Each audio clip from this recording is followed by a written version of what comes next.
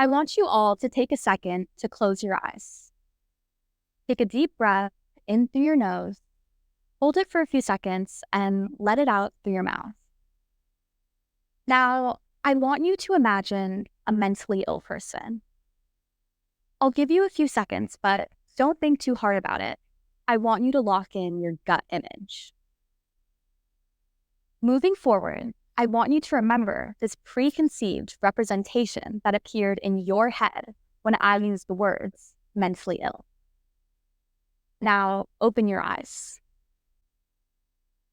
When I say these words, you might think back to watching a horror movie on the couch where a murderer has escaped the psych ward and is hunting down the rest of the cast. Or to walking on the street, seeing a disheveled person on the ground as your parents' hand gripped you closer and told you to keep your eyes up. Or maybe you thought to yourself, with a slight chuckle under your breath, haha, a mentally ill person? That's so mean. Now, what if I told you that I have type 2 bipolar disorder? This means that I have an imbalance of dopamine distribution in my brain and experience a series of manic and depressive episodes. If you're still unfamiliar, it's what Kanye has. Was I what you imagined? What immediate judgments have you now made of me based on what I just told you? Do you think that I'm crazy? Dangerous? That I should be separated from others? Maybe not, but honestly, it can be hard not to the way our media projects such a distorted image of mental health disorders. For those without a mental illness, the most widespread idea about it is extended through mass media, especially in the entertainment industry. Let me say that again.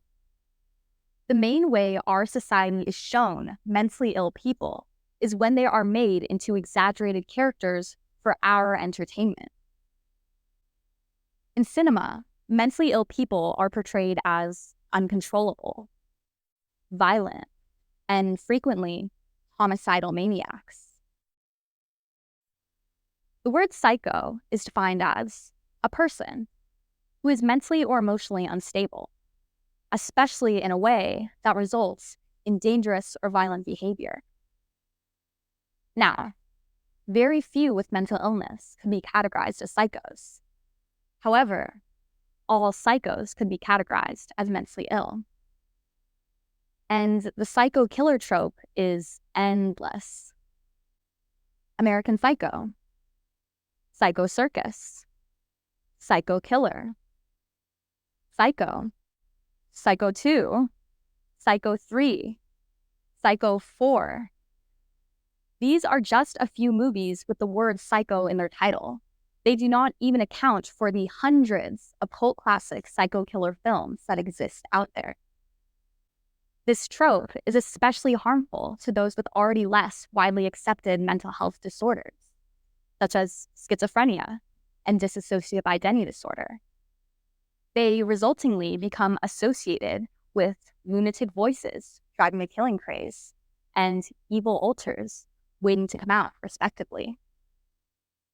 In a study, researchers analyzed 41 movies that depicted schizophrenia. The majority of characters displayed some kind of violent behavior, either towards themselves or others.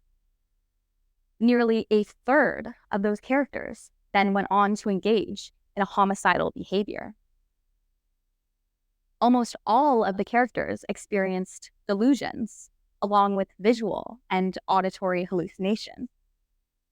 This is inaccurate compared to the 80% of schizophrenic people who experience visual hallucinations and the even smaller percentage of 60% who experience auditory hallucinations.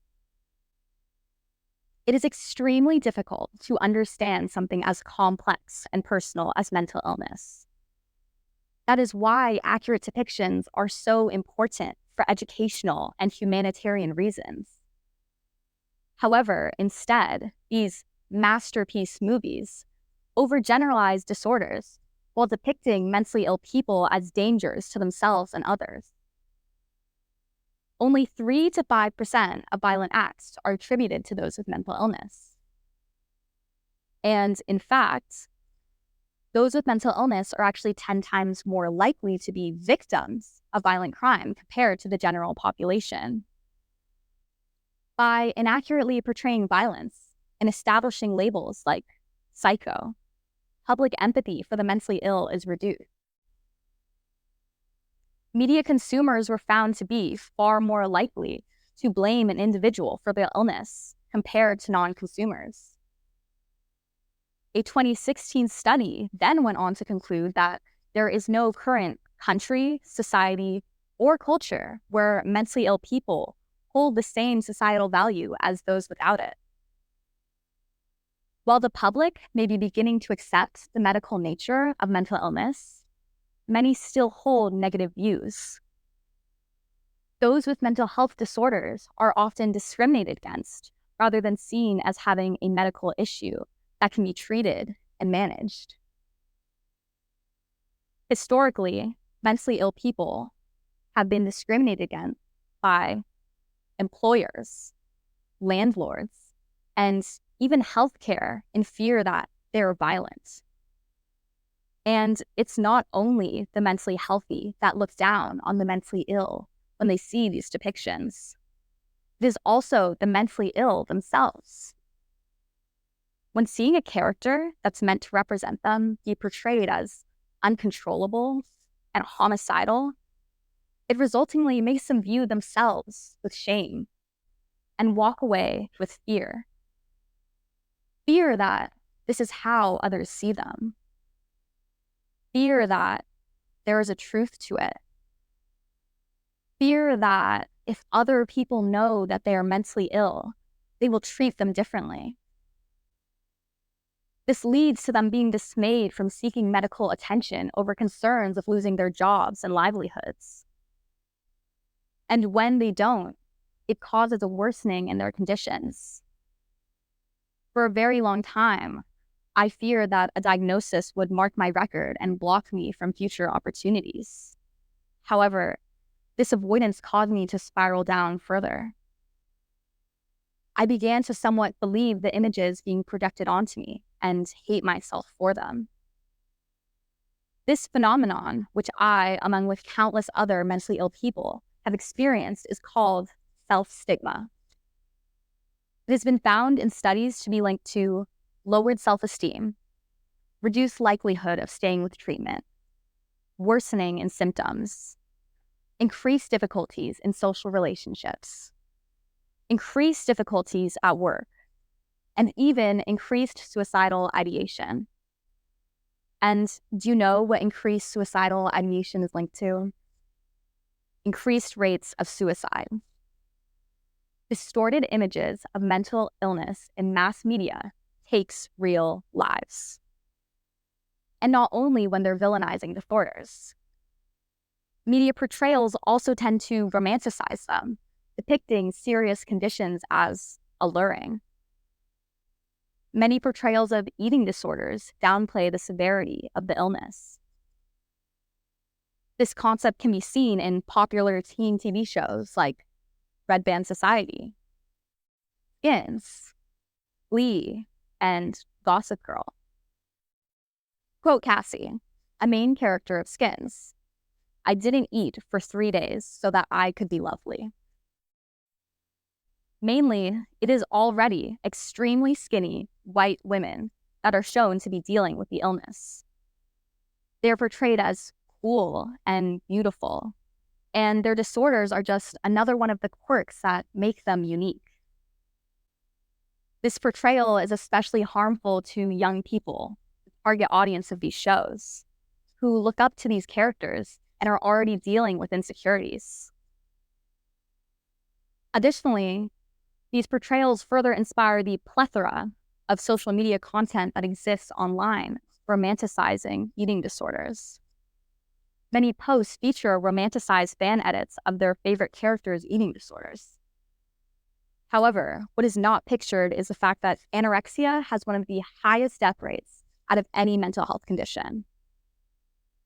When impressionable viewers are fed these images, it can and has inspired many to copycat, causing the illness to destroy and sometimes even take their lives. But it doesn't end there. Socially, depression and anxiety are much more widely accepted. They're far more common and seen as a more relatable struggle. I remember lying in my bed as a depressed 13-year-old girl, beginning to be flooded by social media content romanticizing the two. Algorithms push these videos onto me, sensing that my vulnerability would equal engagement and profit. These videos, ignoring the seriousness of the two illnesses, told me that my depression and anxiety made me unique, trendy, and special. I became much more comfortable in my illness and less open to the idea of getting better. I began to see aesthetics made out of the illnesses with quotes like, "I just can't feel happy," in black and white backgrounds. And then I started to see self-harm. I started to see cutting yourself made as part of this aesthetic, and the idea that if you're not cutting yourself, then you're not even depressed. I, like many others, was inspired to prove my instability. But it didn't end there. What I began to quickly learn is that it's cool to be depressed, but it's even cooler to self-harm. But that's nowhere near as cool as being suicidal. But you know what the coolest thing is? If you were to commit suicide. When you have a young, impressionable mind with unlimited, easy access to this content that is continually being pushed onto them by algorithms, it causes real damage. It takes real lives. At 13 years old, my young, vulnerable self planned to take my real life. And it's not only because of social media that I had felt this way, but it was this idea that I had been fed and fed again and fed again until my body was so full with it that it was beginning to spill out. And luckily, I was given help. I was hospitalized. I found a better support system. I was given the chance to work hard within myself to rebuild my love for life. And I'm so glad that I was. But I'm so sad to say that there were so many that weren't as lucky as I was. Molly Russell, 14. Frankie Thomas, 15. And Zahid Ali, 13. Were all found to be actively consuming depressive social media content before losing their lives to suicide. Distorted images of mental illness in mass media takes real lives. And it did, of these real people, these real children. So, I say all this, but what can we do? Well, most importantly, education and awareness are key to breaking stigmas while strengthening understanding. Establishing an industry standard to include expert input from psychiatrists during film productions. Social media platforms being required to flag content that glorifies mental illness and is very obviously not age-appropriate for children. Showcasing real mentally ill people living normal lives. Mental illness should not be romanticized or villainized. It should be shown for what it is. In reality, stigma will probably never cease to exist, but I know that with hard work, it can most definitely be significantly reduced while understanding is greatened. I want to show people that I, as someone who is bipolar, is not dangerous and can be smart, capable, and independent. Any cause is only as strong as we say it is. And I know the power of this one. I will be the first to say that I believe in a more educated future and greater understanding for those with mental illness. Thank you.